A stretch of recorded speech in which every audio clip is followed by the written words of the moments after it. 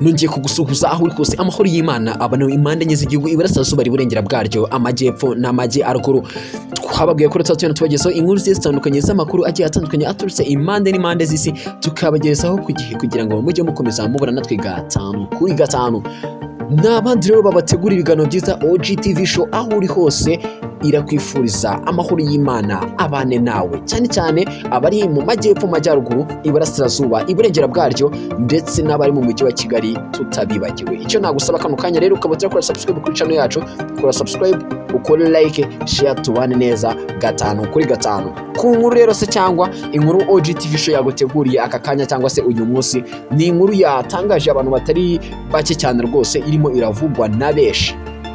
Iyi nkuru rero akaba ari inkuru yatumye imigabane yose ibyibazaho, comment zo ziba comment, ibintu bitungura abantu bisa nkaho ari ikintu gishyashya kije cyangwa se kibaye ku isi, kikaba ari ikintu gitunguranye cyangwa se cyatangaje abantu benshi cyane. Turababwira ko rero uyu munsi tariki 30 z'ukwezi kwa gatanu 2022 habaye igikorwa gitangaje cyangwa se ikintu gitangaje ku myanzuro y'urukiko yafashwe ivuye ku kintu cyabaye gitunguranye, ari navuga ngo nibwo bwa mbere cyari kibashije kuba cyabaho.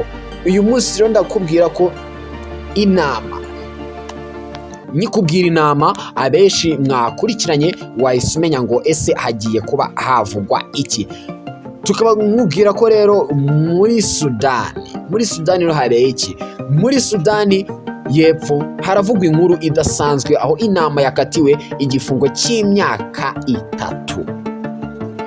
Ngira ngo urimo urabyumva ni ibintu bitangaje cyane kuba inama yakatirwa igifungo cyo. Ese wakwibaza ngo inama yakoze iki? Bana natwe mu kiganiro. Muri Sudani y'Epfo rero aho havugwa yuko hari inama yakatiwe igifungo cy'imyaka 3 nyuma yo gusekura umutwe umugore w'imyaka 45 biro abiri bikamuviramo ahasiga ubuzima. Iyi nama yagejejwe kuri station ya polisi nyuma yuko igaragaye yakubise umugore w'imyaka 45 witwa Shopping, ikamusekura umutwe ikamuvunagura imbavu bigahita bimuviramo kuba yahasiga ubuzima. Abantu benshi cyane rero bakomeje kugenda babitangara cyangwa se babibaza ese ibi bintu byagenze gute, kari ubwa mbere mu mateka byabibaye kuba havugwa ko inyamaswa se cyangwa amatungo ashobora kuba yakatirwa igifungo cy'igihe kingana gutya. Polisi ikaba yavuze ko iyi nama ifite kuba ifungiwe mu kigo cya gisirikare mu gihe kingana n'imyaka 3 ubundi cyasozwa ikaba yasubizwa nyirayo.